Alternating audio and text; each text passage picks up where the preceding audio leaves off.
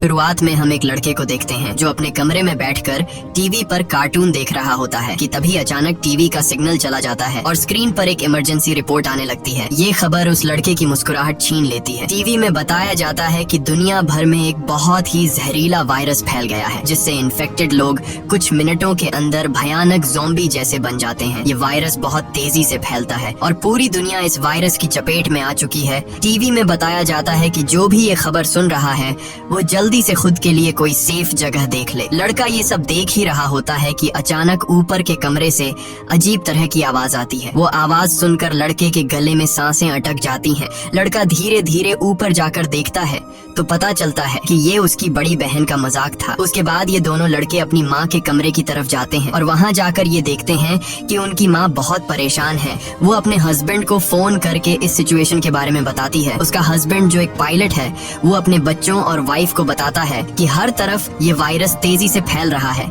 इसलिए तुम सब घर पर मेरा इंतजार मत करो और जल्दी से किसी तरह करके इस शहर से दूर निकल जाओ। वो अपने बच्चों से कहता है कि परेशान मत हो, तुम्हें कुछ नहीं होगा, तुम्हारी माँ तुम्हें एक सेफ जगह में ले जाएगी। वो अपने हाथ में पहना हुआ लकी ब्रेसलेट अपने बच्चों को दिखाता है जो कि ये ब्रेसलेट उसकी बेटी एबिगेल ने बनाया था। ये देखकर एबिगेल बहुत खुश हो जाती है। दूसरी तरफ उनकी माँ जल्दी जल्दी से सामान इकट्ठा कर रही होती है। तभी उन्हें बाहर से चिल्लाने की आवाजें सुनाई देने लगती हैं, इसलिए वो जल्दी से अपने दोनों बच्चों को लेकर घर से बाहर निकल आती है। जैसे ही वो कार में बैठने वाले होते हैं अचानक एक ज़ॉम्बी उन बच्चों की माँ पर अटैक कर लेता है। डर के मारे एबिगेल जल्दी से कार के नीचे छुप जाती है और अपनी आंखों के सामने अपने छोटे भाई और माँ को ज़ॉम्बी के हाथों मरते हुए देखती है। वो ज़ॉम्बी उस छोटी बच्ची को देख नहीं पाता और वहाँ से चला जाता है। ये छोटी लड़की डर से कांप रही होती है कि तभी वो देखती है कि उसकी माँ भी एक ज़ॉम्बी बन चुकी है। लड़की की माँ अपनी बेटी को देखकर उसकी तरफ बढ़ने लगती है। इससे पहले कि वो अपनी बेटी को मार पाती, ठीक उसी समय पर एक अंकल फरिश्ते की तरह आकर एबिगेल की माँ को मार देता है और एबिगेल को बचा लेता है। थोड़ी देर बाद वो देखते हैं कि एबिगेल का छोटा भाई भी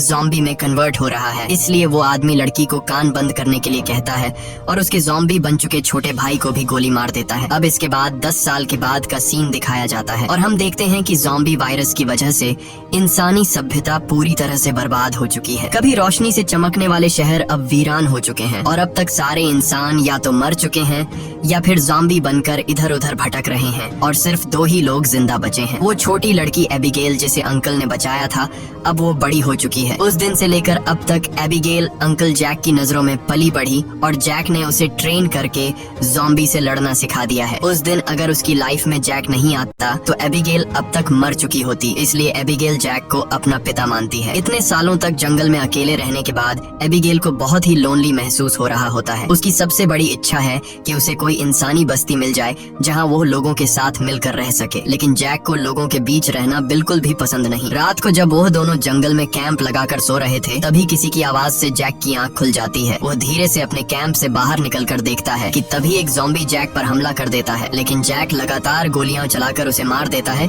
और एबिगेल भी वहां पर पहुंच जाती है। इन दोनों को पिछले 10 सालों से जंगल में ज़ॉम्बीज का शिकार करते हुए इतना एक्सपीरियंस तो हो गया था कि ज़ॉम्बी झुंड बनाकर एक साथ मिलकर रहते हैं। वह समझ जाते हैं कि आसपास और भी जरूर ज़ॉम्बीज होंगे, इसलिए वो जल्दी यहाँ से निकलने की तैयारी करने लगते हैं और घोड़े पर बैठकर निकल जाते हैं। तभी रास्ते में उनके घोड़े हिनहिनाने लगते हैं। जैक समझ जाता है कि खतरा नजदीक है। दोनों चारों तरफ देखते हैं तो दूर एक जीप ज़ॉम्बी से गिरी हुई दिखाई देती है जहाँ एक नॉर्मल इंसान खुद को ज़ॉम्बी से बचा रहा था। अब वैसे भी दुनिया में इंसान बहुत ही कम बचे थे, इसलिए अब इन दोनों को हर हाल में उस आदमी को ज़ॉम्बी से बचाना था। जैक एबिगेल के निशाने का टेस्ट भी लेना चाहता था, इसीलिए वो एबिगेल से कहता है कि तुम इस आदमी को बचाओगी ताकि पता चले कि वह पूरी तरह से ट्रेन हो चुकी है या नहीं। जैक उसे कहता है कि सुकून से टारगेट को निशाने पर करो और फिर उसे शूट कर दो, लेकिन एबिगेल जल्दबाजी में गोली चला लेती है जिससे वो गोली ज़ॉम्बी के साथ साथ उस सर्वाइवर को भी लग जाती है। ये देखकर जैक एबिगेल पर काफी गुस्सा करता है, जिसके बाद वो दोनों इंसान के पास जाते हैं। वो देखते हैं कि ये आदमी अब बच नहीं सकता, इसलिए जैक उसे खुद ही मार देता है ताकि अगर उसे ज़ॉम्बी ने काटा हो तो वो दोबारा जिंदा न हो जाए और हमारे लिए खतरा न बने। उसके बाद वो वो दोनों उस मरे हुए आदमी की कार से जरूरत की सारी चीजें लेने लगते हैं। जैक मरे हुए आदमी के जूते ले लेता है और जैसे ही वह उन जूतों को पहनता है तभी वहाँ मरे हुए आदमी के और साथी भी आ जाते हैं और बहुत सारे हथियार बंद लोग उन्हें घेर लेते हैं। एक बंदा जब मरे हुए इंसान के जूतों को जैक के पैरों में देखता है तो उन्हें शक होने लगता है कि उन्होंने सामान लूटने के लिए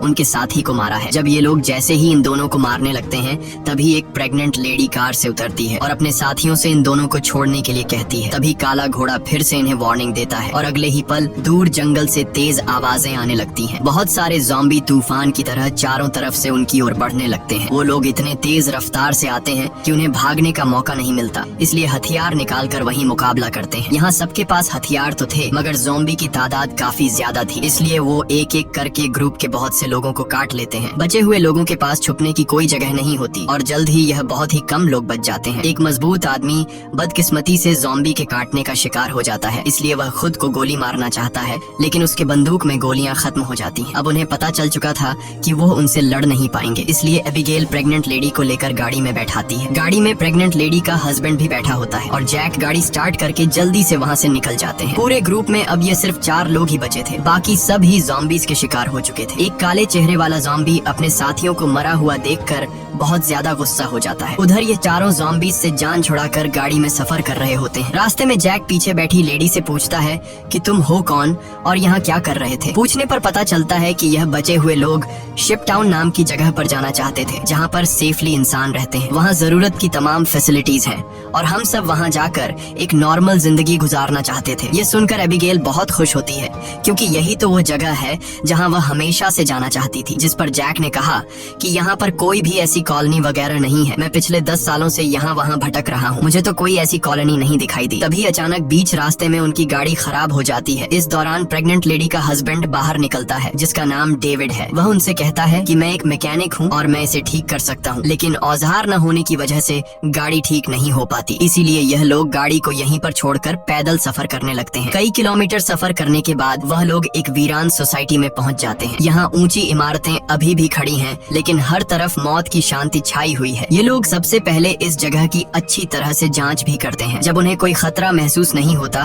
तो यह लोग रात यहाँ गुजारने का फैसला करते हैं। रात को वह लोग आग जलाकर खाना पकाते हैं। एबिगेल शिप टाउन नाम के उस जगह पर जाने के लिए बहुत बेताब थी। वह उस प्रेग्नेंट औरत से उस जगह के बारे में बातचीत करने लगती है। प्रेग्नेंट औरत उससे बताती है कि हमारा पहले से उस शिप टाउन में रहने वाले लोगों के साथ रेडियो पर कांटेक्ट हो चुका है। वह एक बहुत ही खूबसूरत जगह है जहां हम आजादी से रह सकते हैं। ये बातें सुनकर एबिगेल की आंखों में चमक उठी। दूसरी तरफ जैक बाहर चारों ओर जाल बिछा देता है ताकि अगर वह लोग सो भी जाए तो खतरा करीब होने पर फौरन पता चले। जैक अंदर आकर एक मैप निकालता है और सबको समझाता है कि वो मेगन और डेविड को कुछ दूर तक पहुंचाएगा और उसके बाद दोनों अलग अलग रास्ते पर चले जाएंगे। लेकिन एबिगेल जैक के इस फैसले से खुश नहीं थी। वह जैक के पास जाकर उससे बहस करती है कि डेविड अपनी प्रेग्नेंट वाइफ को उस जगह तक सेफली नहीं पहुंचा पाएगा, इसलिए हमें उनके साथ चलना चाहिए। जैक कहता है हमें समझदारी से काम लेना चाहिए। देखो, जहाँ लोग ज्यादा होते हैं वहाँ पर खतरा भी ज्यादा होता है। लेकिन एबिगेल जैक के इस फैसले से नाराज होकर चली जाती है। हालांकि दोनों को ये नहीं पता होता कि वह काले चेहरे वाला ज़ॉम्बी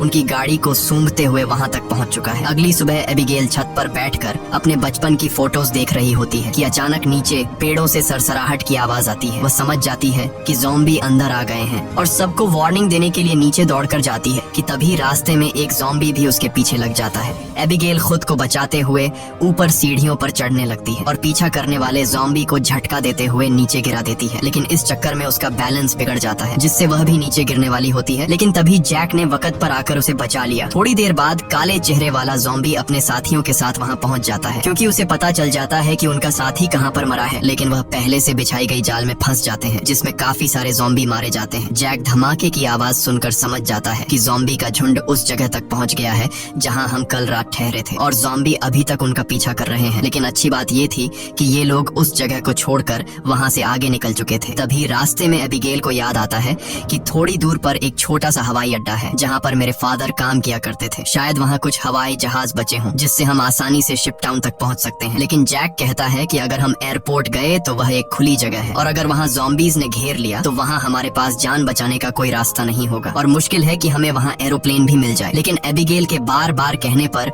वह वहाँ जाने के लिए मान जाती जाता है, जिसके बाद ये लोग एयरपोर्ट आ गए, लेकिन यहाँ पर कोई भी एरोप्लेन नहीं था। जैक कहता है, देखा मैंने कहा था यहाँ पर कोई भी एरोप्लेन नहीं होगा। लेकिन जब वह लोग वहाँ पर एक छोटे से गराज में पहुँचते हैं तो गराज का दरवाजा खोलते ही लकीली वहाँ उन्हें एक छोटा एरोप्लेन मिल जाता है। ये देखकर ये लोग बहुत खुश हो जाते हैं क्योंकि अब उनका शिप टाउन तक पहुँचने का रास्ता आसान हो गया। लेकिन ये हवाई जहाज बहुत दिनों से इस्तेमाल नहीं हुआ था, इसलिए मैकेनिक डेविड कहता है कि उसे ठीक करने की जरूरत है। ज्यादा नहीं, मैं उसे 10 से 15 मिनट के अंदर ठीक कर दूंगा। जब तक डेविड एरोप्लेन को ठीक करता तब तक जैक और एबिगेल एयरपोर्ट में कुछ काम की चीजें ढूंढने लग जाते हैं। तभी डेविड दूरबीन से देखता है कि दूर से बहुत सारे ज़ॉम्बीज आ रहे हैं जो बहुत जल्द एरोप्लेन तक पहुंच जाएंगे। वह लोग दौड़ कर आते हैं और उन दोनों को वार्न करते हैं कि हमें जल्दी से एरोप्लेन को स्टार्ट करना होगा, नहीं तो ज़ॉम्बी यहाँ पहुंचकर हमें मार देंगे। एबिगेल जल्दी से पायलट की सीट पर बैठ जाती है, वहाँ पर मौजूद बुक्स को रीड करती है। उसके फादर पायलट थे, इसलिए उसने अपने फादर से एयरप्लेन को कंट्रोल करने की थोड़ी बहुत जानकारी सीखी थी। और जैक ज़ॉम्बीज को शूट करके उन्हें रोकने की कोशिश करता है। एबिगेल जैसे तैसे करके एरोप्लेन को स्टार्ट कर लेती है, लेकिन तब तक बहुत देर हो चुकी थी। वहाँ बहुत सारे ज़ॉम्बी रनवे तक पहुँच जाते हैं। उनकी रफ्तार काफी तेज थी और उनमें से एक ज़ॉम्बी एरोप्लेन के दरवाजे तक पहुँच भी जाता है, लेकिन जैक उसे गोली मारकर एरोप्लेन को उसे छुड़ा लेता है और एबिगेल जहाज के कंट्रोल को समझ जाती है। इस तरह से ये लोग जहाज को टेक ऑफ कर लेते हैं। हवाई जहाज में बैठे सभी लोग बहुत खुश हैं क्योंकि वो जल्द ही सीधे शिप टाउन पहुंच जाएंगे। लेकिन साथ ये कहानी खत्म हो जाती है। अगर वीडियो आपको अच्छी लगी हो तो हमारे चैनल को सब्सक्राइब और वीडियो को लाइक जरूर कीजिए।